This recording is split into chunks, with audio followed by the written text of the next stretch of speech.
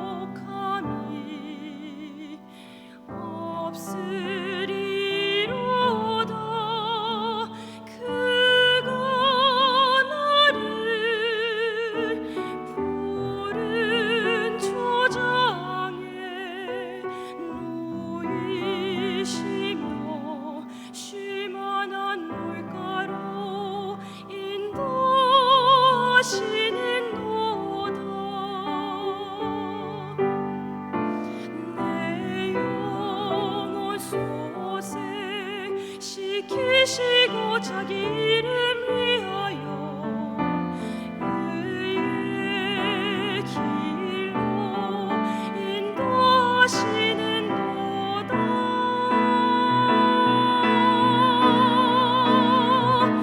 내가 사망의 음침한 골짜기 다닐지라도 해를 두려워 주께서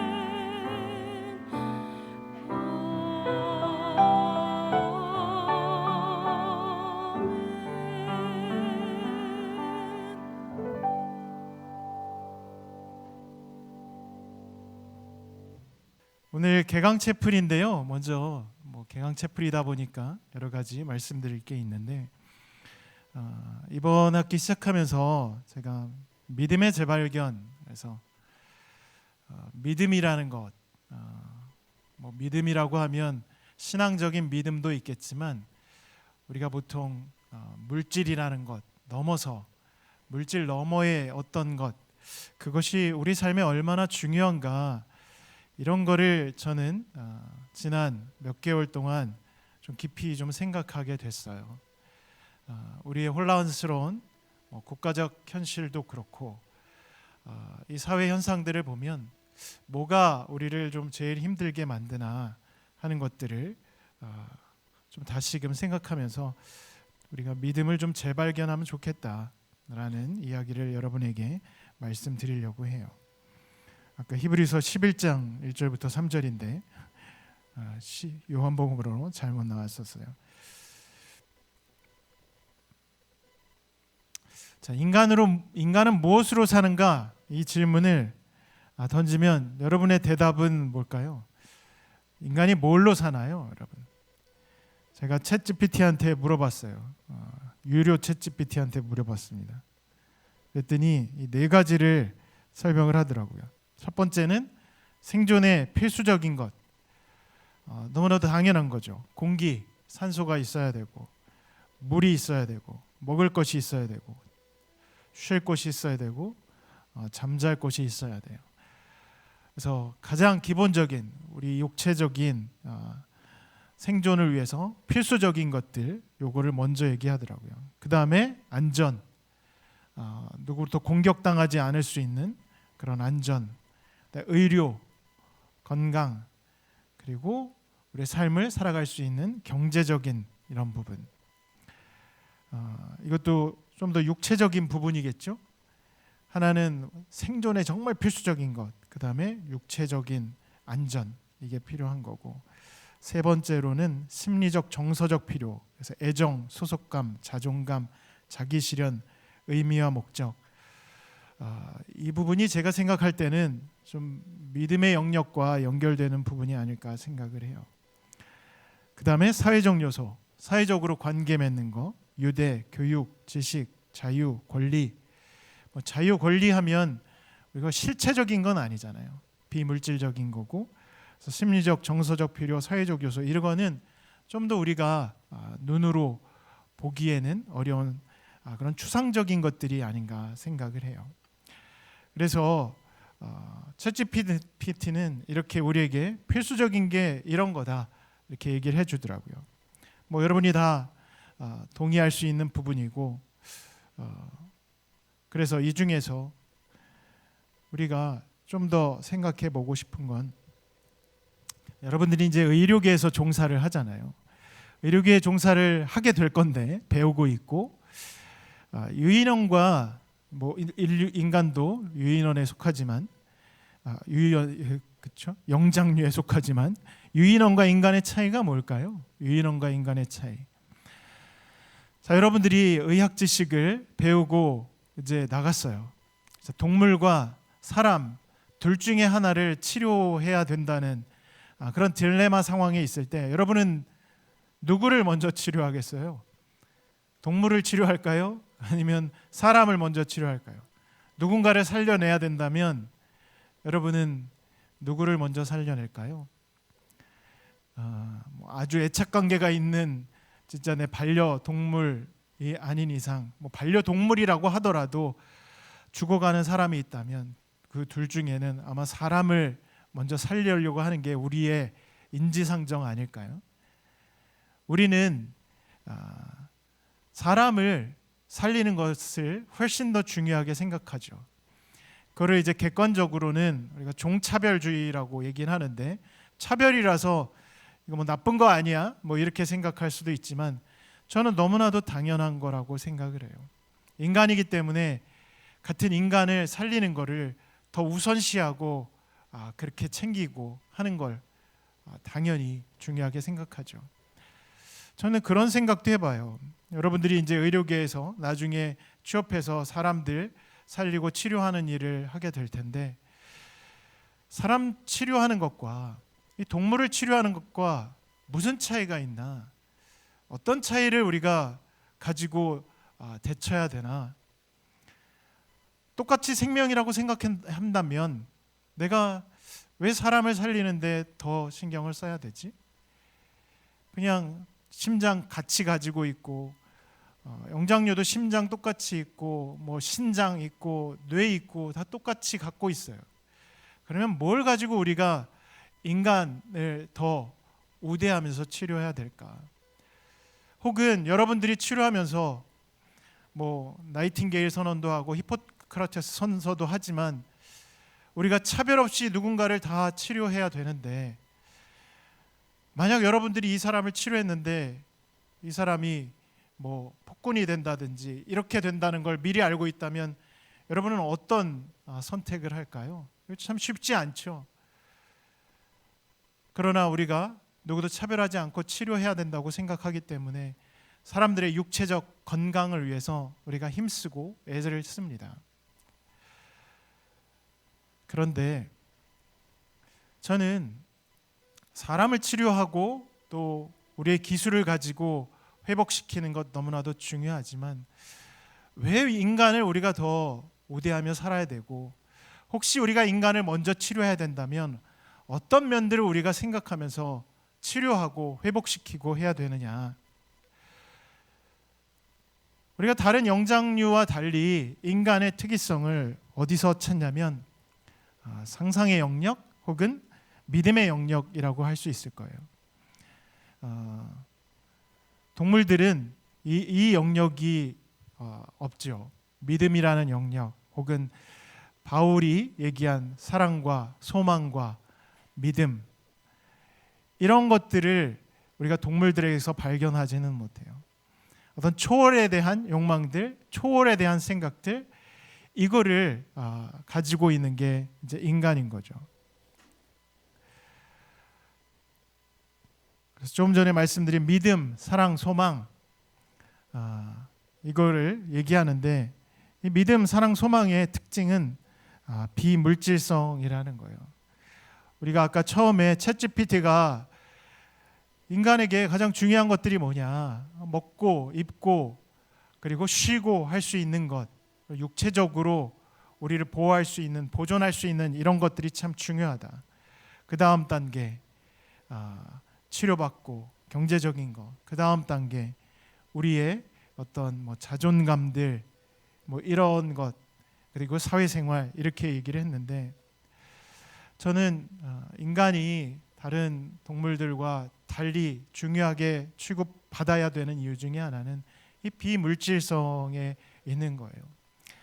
여러분들이 지금 이렇게 교육을 받고 있고 한 나라를 우리가 같이 건설하면서 살아가고 있는데 그 토대에는 물질적인 것보다는 비물질적인 게 있어요. 헌법이라는 게 있고 헌법이라는 거 여러분 볼 수 있나요? 물론 문자화돼 있지만 굉장히 추상적인 거고 가치 중심적으로 선언이 돼 있는 거예요. 그런데 그게 없으면 국가라는 게 유지되기가 힘들어요. 왕정에서는 왕이라는 존재가 중요했고 입헌 민주주의에서는 이 헌법이라는 게 가장 중요하죠. 근데 그게 보이지 않는 거예요. 그리고 그 보이지 않는 게 우리 삶에 가장 중요한 역할을 하고 있는 거예요. 그래서 믿음이라는 걸 추상적으로는 우리가 뭐 신앙과 가장 깊이 연결시키지만 우리 삶에 있어서 이 추상성이 없다면 그러면 이 거대한 우리 구조를 이어가기 힘들다는 거죠. 믿음, 사랑, 소망 이 중에 제일 중요한 게 여러분 뭘까요? 성경에서는 바울이 이렇게 얘기하죠. 그러므로 믿음, 소망, 사랑 이 세 가지는 항상 있을 것인데 그 가운데서 으뜸은 사랑이다. 이렇게 얘기를 해요. 제가 처음에 이 성경 구절을 읽었을 때 왜 사랑이 그렇게 중요할까 생각해 보니까 이런 답이 나오더라고요. 믿음은 누군가를 믿는 거잖아요. 그래서 믿는다는 건 좀 거리감이 있는 거예요. 내가 뭐 하나님을 믿는다, 내 친구를 믿는다 할 때는 나와 떨어져 있는 어떤 존재에 대한 그 거리감을 믿음이라는 걸로 줄여버리는 거죠. 그래서 만약 내가 하나님을 만난다, 친구를 만난다, 친구와 내 사랑하는 사람과 함께 산다 그러면 그때는 믿음이라는 게 필요 없는 거죠. 함께 하나가 됐으니까. 소망도 마찬가지예요. 뭔가 내가 바라는 건 나와 거리감이 있는 거죠. 내가 어떻게 될 거야, 어떤 비전을 이룰 거야. 근데 그걸 이루고 나면 소망이라는 건 그리 중요하지 않아요. 내가 이뤄냈으니까. 그래서 믿음과 소망이라는 건 성취됐을 때는 필요 없는 어떤 게 되죠. 근데 사랑은 그렇지 않더라고요. 성취가 완벽하게 성취하기도 쉽지 않고, 기독교적으로는 우리가 하나님과 대면해서 만나서 살더라도 결국 사랑이라는 걸 끝없이 유지하면서 살아가게 되는 거니까 영원한 거죠. 그래서 믿음과 소망은 좀 시간적인 한계가 있다면 사랑은 영원한 거다. 아마 그래서 사랑이 제일 중요할까 하지 않을까 이렇게 얘기를 했습니다. 근데 요즘 들어서는 물론 사랑이 너무나도 중요하지만 우리에게 가장 중요한 거는 믿음이 아닐까. 이 비물질성에 대한, 다시 말해서 내가 정말 만지고 또 확인할 수 있고 이런 것 말고 그 너머의 어떤 것들을 우리가 신뢰할 수 있는 바로 그 능력 아니면 그게 너무 중요하다는 거예요. 왜 그런 생각을 하게 됐냐면 C.S. 루이스라는 학자를 여러분이 들어봤는지 모르겠어요. 이분이 이렇게 얘기를 했어요. 영어로 좀 얘기하면 To see through all things is the same as not to see. 그래서 뭔가를 꿰뚫어 본다는 건 아무것도 못 보는 것과 같다라고 얘기를 한 거예요. 그래서 좀 어렵죠. 그래서 좀 더 상술하면 이래요. 당신은 영원히 사물을 꿰뚫어 보는 것에 머물 수 없습니다. 무언가를 꿰뚫어 보는 요점은 무언가를 통해서 보는 겁니다. 창문이 투명해야 좋습니다. 왜냐하면 창문 너머의 거리나 정원은 불투명하기 때문입니다. 그런데 정원도 꿰뚫어 본다면 어떨까요? 첫 번째 원리는 꿰뚫어 보는 것은 소용이 없습니다. 모든 것을 꿰뚫어 본다면 모든 것이 투명해집니다. 그래서 완전히 투명한 세상은 보이지 않는 세상입니다. 모든 것을 꿰뚫어 보는 것은 보지 못하는 것과 같습니다. 무슨 얘기일까요? 모든 게 다 창이 돼 버리면 우리의 대상이 존재하지 않게 된다는 거예요. 그래서 사랑을 호르몬으로 분석해서 환원해서 하는 이야기들을 들었을 거예요. 사랑 2, 3년이면 호르몬 작용은 다 끝나. 사랑이 완전히 해체돼 버리는 거죠. 우리가 비물질성이라고 생각하는 걸 물질로 환원시켜서 해체해 버리니까 사랑이라는 존재가 남지 않는 거예요. 그냥 물질로만 환원돼 버리는 거죠. 해체돼 버린 그 상태에서 아무것도 남지 않게 되고 우리는 가치를 잃어버리게 되는 거예요. 그래? 사랑, 호르몬 작용 그게 단가? 그러면 호르몬으로 어떻게 사랑을 위해서 계속 호르몬을 주입해야 되는 건가요? 뭔가 보이지 않는 것을 자꾸 물질로 환원해서 우리가 이해하려고 하고 그렇게 할 때 굉장히 우리의 삶이 각박해지고 답답해지고 안타까워지는 거죠. 그래서 C.S. 루이스는 모든 것을 꿰뚫어 보게 되면 아무것도 남지 않게 된다. 아무것도 볼 수 없게 된다라고 얘기하는 거예요. 그래서 저는 이 믿음이라는 게 모든 것을 꿰뚫어 보려는 우리의 욕망들, 그래서 초월적인 것을 다 환원시켜 버리고 싶은 우리의 욕심들, 결국 이게 우리에게 가져다 줄 것은 아무것도 보지 못하는 정말 숭고한 가치라든지 이런 것들을 호르몬이라든지 욕망이라든지 이런 걸로 환원시켜 버리는 이런 우를 범하게 된다라고 생각을 해요. 그래서 우리 시대에 정말 중요한 가치들, 이거는 비물질성을 가지고 있는 것들이거든요. 신앙적으로 얘기한다면 믿음의 영역인 거예요. 믿음이라는 것, 그 초월적인 것들을 우리가 상실하게 되면 결국 남는 거는 아무것도 없게 된다는 거죠. 그래서 여러분들이 우리 시대를 지금 이 혼란한 시대를 겪어가면서 제가 제일 깊이 아프게 느끼는 거는 초월의 가치가 너무 허물어져 가는 거예요. 그래서 모두들 이 자기 욕심대로 뭐 곡학 아세를 하고 뭐 이런 것들이 초월의 영역은 없고 그저 내 관점과 시점과 이런 것들로 모든 것들을 다 품어 안으려고 하는 그런 욕심들, 이 초월의 영역을 우리가 분해하지 않았으면 좋겠다라고 여러분에게 말씀드리고 싶어요.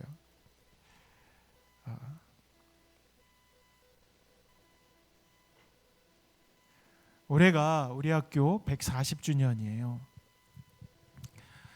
140주년, 141년 전에 이 학교가 시작됐는데 지금 우리 연세대학교 141년 전에 시작된 것 중에 남아있는 게 뭐가 있나요? 여러분, 우리 간호대 학생들한테는 잠깐 얘기했는데 원래 세브란스, 재중원, 광해원이 시작한 건 지금 헌법재판소잖아요. 헌법재판소 자리에서 시작을 했어요. 거기에서 시작했는데 그게 이제 남대문 쪽으로, 서울역 쪽으로 옮겨갔었죠. 그리고 다시 이쪽 신촌으로 옮겨왔어요. 근데 신촌으로 옮겨온 건물 중에 남아있는 게 뭐가 있나요? 거의 없죠. 뭐 저쪽 연세대학교 본교 쪽에 남아있는 유적들이 있긴 한데 건물로 남아있는 거는 거의 없어요. 사람은 어떨까요? 사람도 남아있는 건 거의 없어요. 언더우드 선교사님, 에비슨 선교사님 뭐 모두 다 돌아가셨죠. 흙으로 온 인간들 흙으로 다 돌아가리라. 그래서 아무도 사람도 남아있는 사람은 없어요. 그렇지만 140주년을 우리가 기념을 합니다. 그 140주년은 무엇을 기념하냐면 우리 연세에 우리 선배들이, 선교사님들이 그리고 스승들이 쏟았던 그 열정, 사랑, 그것들을 우리가 이 140주년으로 기념을 하는 거예요. 건물을 기념할 수 없어요. 장소도 기념할 수 없어요. 사람도 기념할 수 없어요. 보이지 않는 그것을 우리가 기념하고 기억하고 또 전수해 가는 거예요. 그게 우리에겐 너무나도 중요한 거죠. 여러분들이 연세대학교에서 지금 여러분의 삶의 미래를 위해 훈련하고 있는데 그 연세 정신을 여러분들이 기억했으면 좋겠어요. 선교사님들이 이곳에서 하셨던 것들, 이 함께 살아가던 이들의 고통과 아픔, 그것을 지나칠 수 없어서 3.1운동 때는 그 독립을 도와주고 그러면서 일본한테 쫓겨다니기도 하고 외국으로 추방당하고 에비슨 선교사님 그래서 돌아오지 못하고 이런 것들처럼 이 연세대학교 혹은 우리 세브란스는 당시 우리에게 주어졌던 혹은 선교사님들에게 주어졌던 사람들에 대한 그 영혼들에 대한 사랑과 또 희생, 헌신, 이것을 우리는 계속 이어가고 있는 거예요. 그래서 여러분들이 그 정신을 기억했으면 좋겠어요. 그게 저는 믿음의 재발견이라고 오늘 타이틀을 잡은 거고, 여러분들이 살아가면서 참 현실적으로 필요한 것들 많이 있고 먹고 입고 자고 생활하는 것, 이게 너무나도 중요한 것 다 압니다. 그러나 그것으로 우리의 인생이 다른 길을 걸어갈 수는 없어요. 우리 연세대학교가 다른 대학교들과 다르다면 그럼 우리 스승들, 선교사들, 그분들의 정신을 이어간다는 그 항로를 계속해 간다는 그런 의미 가운데 우리가 이곳에서 공부하고 하는 것에 있다는 걸 꼭 기억해 주시면 좋겠습니다. 그래서 초월적인 것, 그것만큼 중요한 것 없다.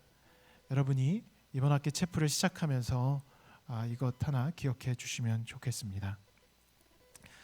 그래서 이번 학기도 우리가 한 12주 앞으로 더 체프를 해 나갈 텐데요.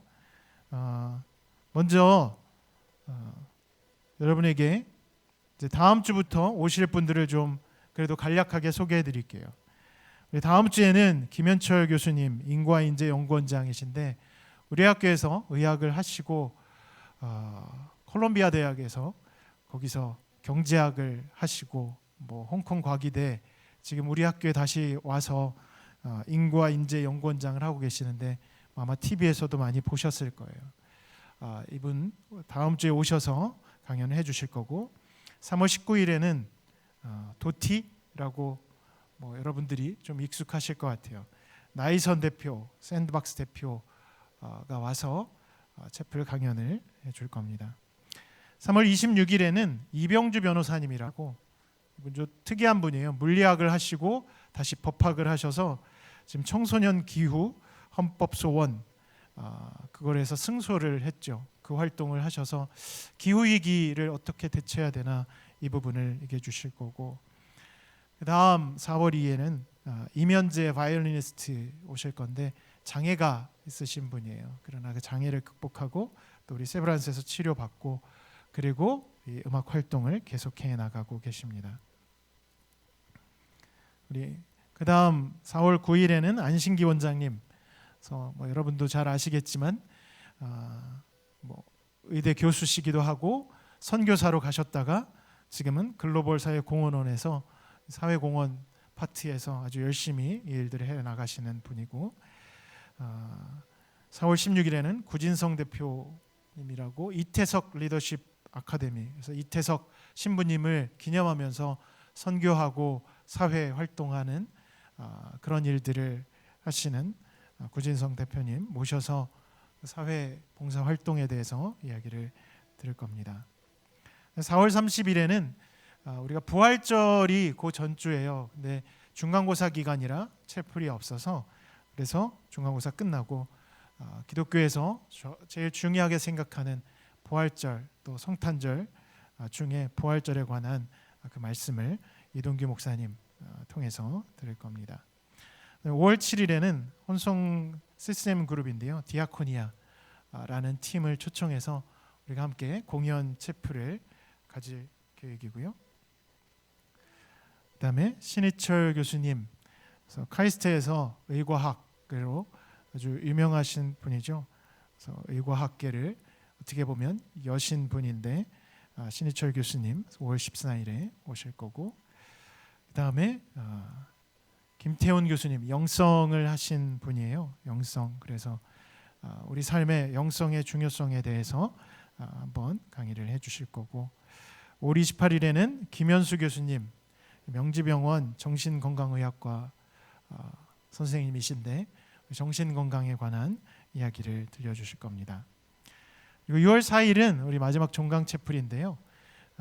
재즈 피아니스트 하주리 교수님을 모시고 우리가 공연으로 우리 채플을 마무리하려고 합니다.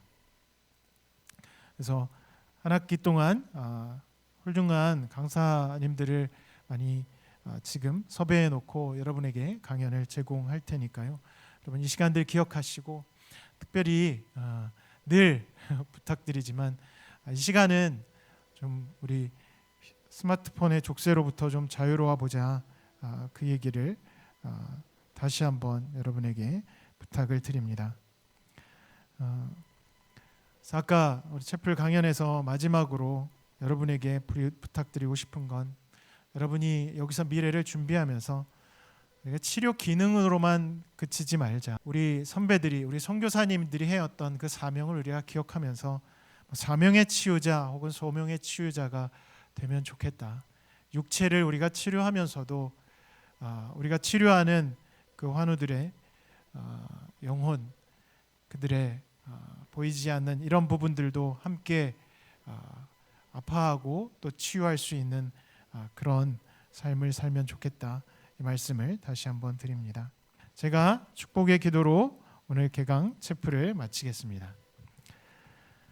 지금은 성부, 성자, 성령 하나님의 사랑과 은혜와 동행하심이 2025학년도 1학기를 시작하면서 특별히 연세대학교 140주년을 맞아 이 기관을 이끌어온 우리 연세 정신, 그것을 더욱 깊이 마음에 새기며 소명의 치료자로, 또 사명의 치료자로 이 땅을 살아가고 또 많은 이들에게 치유를 전할 이 자리에 모인 우리 사랑하는 연세대학교 의료원, 우리 간호대학, 치과대학, 의과대학 학생들 하나하나 위에 지금부터 영원토록 함께 하시기를 간절히 축복하며 기도합니다.